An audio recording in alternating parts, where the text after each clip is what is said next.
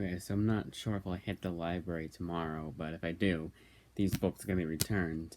And even though I could go on my account and see the books, snapshot it and then do something like that, like I've done before, I just decided I'll just do the reading recommendations now.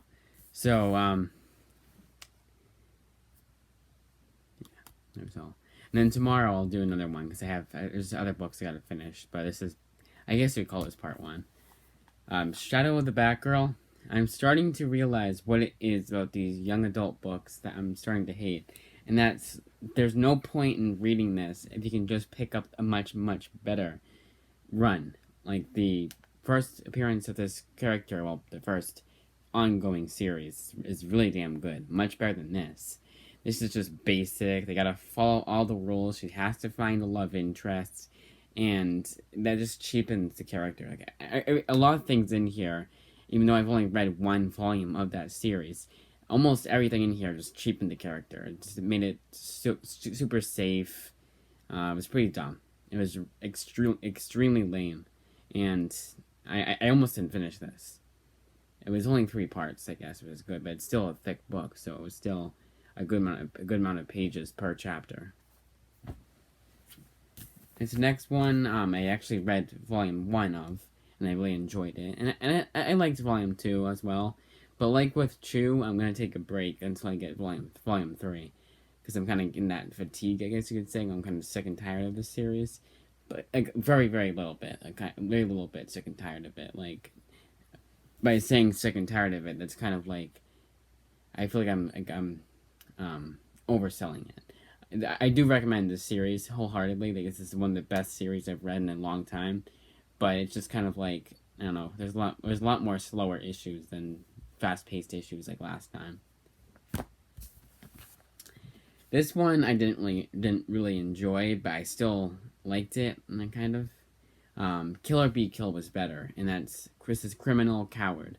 The one thing I really hate about this book is that the one thing that really pissed me off was that there's no way of telling when the issue starts and the issue ends. So I had to go on a sketchy website just to see when each issue started and each issue ended, because they don't have it issue by issue.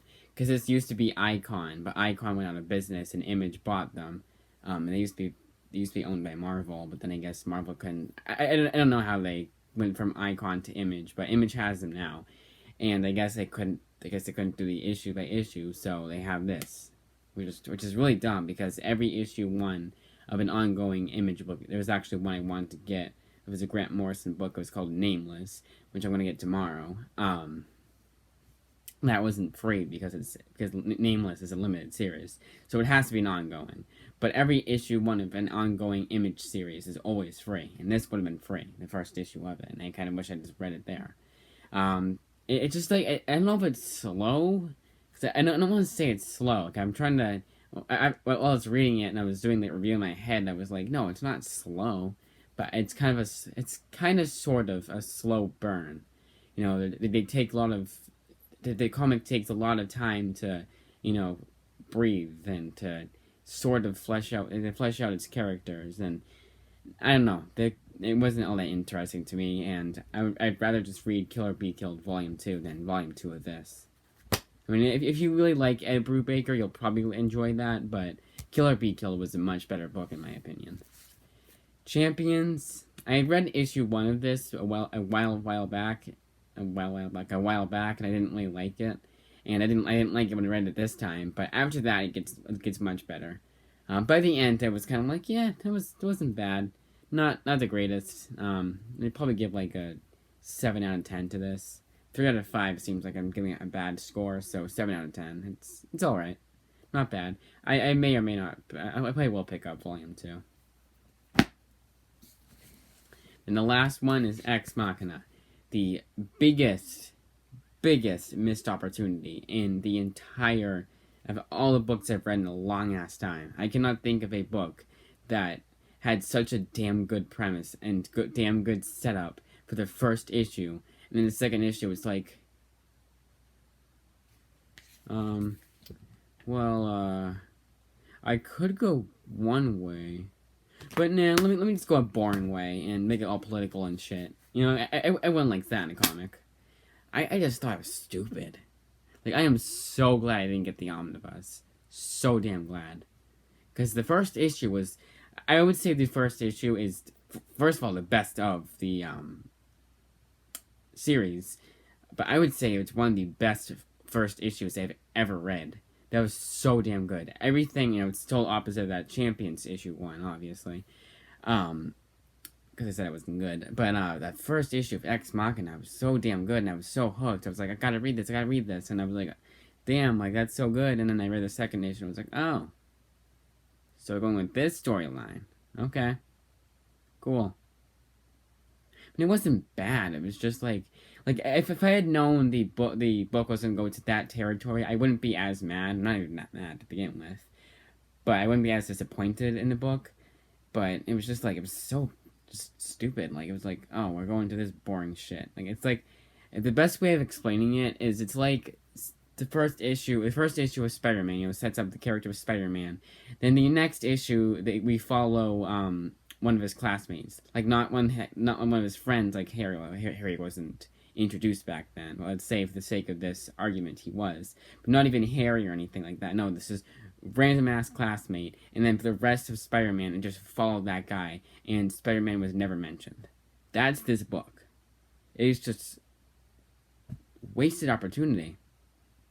So they said, so I'm going to spoil it because I don't recommend it at all. I mean, you can go see it, but you can go read it if you want to seek it out. But the first issue ends. First of all, it sets up this amazing character. He has like this very unique powers. He can like control like machines and shit. They actually call him the Great Machine. So he can say phone on and without touching it, and it'll turn on. And then he can like do like, oh, phone, call grandmother, and he'll gonna call grandmother. It's like Siri, but it actually works. And then he can do like phone to like other guys' phones. Like say if they're trying to call like his mother or something, or like call someone to like get him in trouble. He can say phone off, and the phone shuts off. And he can do the others, not just phones. He can do it to like a train, like he saves people from a train, and the train shuts down the train. But there's a downside to it because he shuts down the train. He can't turn it back on. And then the issue ends with the revelation that the Twin Towers, one of them, was blown up, not the other one. And it's like, oh, I could have saved the Twin Towers. And it's like, how, when, where, how, when, where, what, how, why. And I don't think it's ever explained. It's shown at the end of the series, at the end of this volume. And it's like a middle finger to you. It's like, thanks for that. With the middle finger is the thumbnail again. I still have that video with the middle finger as the thumbnail, but it's like a huge middle finger. I felt like to me personally, because not like me personally. Like, oh, you're attacking me, but like from what I wanted out of the book, it was a huge middle finger to me. That's what I mean. Obviously, Brian K. Vaughan wasn't writing this book just to spite me, because it was written back before I was into comics. It was that long ago. It's like 2005. I'm not that old. Pretty young. If I would die tomorrow, they'd say I died young. What if I died tomorrow? That was just like a premonition. Yeah. All in all, I would say this was disappointing. This was okay. This was slow burn, but yeah. This was pretty damn good. Wow. And then this one was lame. The best out of the bunch, I would say, like, including the ones I'm still on, is probably Jessica Jones. That is such a damn good series. And, of course, the one I finished, Jessica Jones Volume 2. But Volume 3 is even better.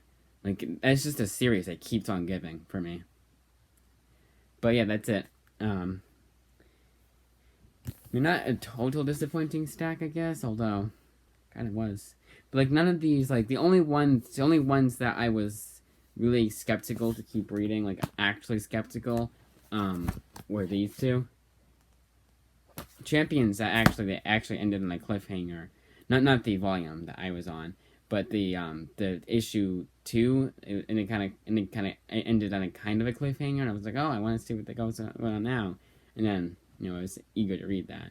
Copperhead was also kind of one that I was like, yay, I gotta read this again, but It wasn't too bad. All in all, I would say this is a pretty good stack, but not really. I mean, that's just because of Jessica Jones, basically. And the other ones, too. But yeah, that's it.